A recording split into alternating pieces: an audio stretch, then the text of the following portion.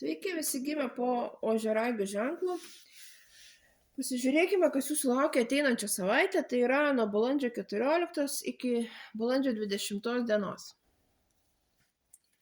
Savaitės perspektyvos, ko vengti ir patarimas jums.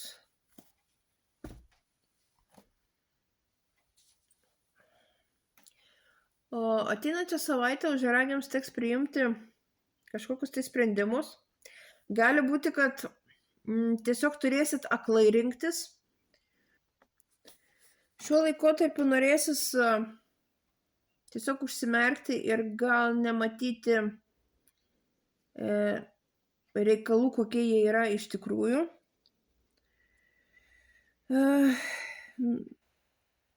Abejosit, nenorėsit priimti kažkokių tai svarbių sprendimų. Ko vengti? Venkite pasidavimo emocijom, pasidavimo pernelyg dideliam jautrumui.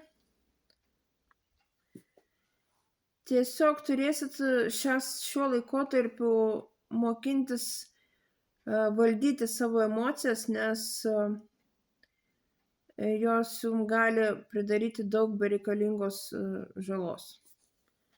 Ir patarimas jums.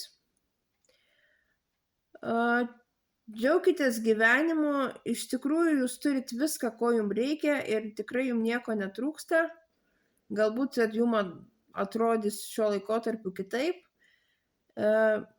bet realybė yra tokia, kad turit visko, ko reikia, tiesiog susitvarkykit su savo mintim, emocijom ir džiaukitės gyvenimu.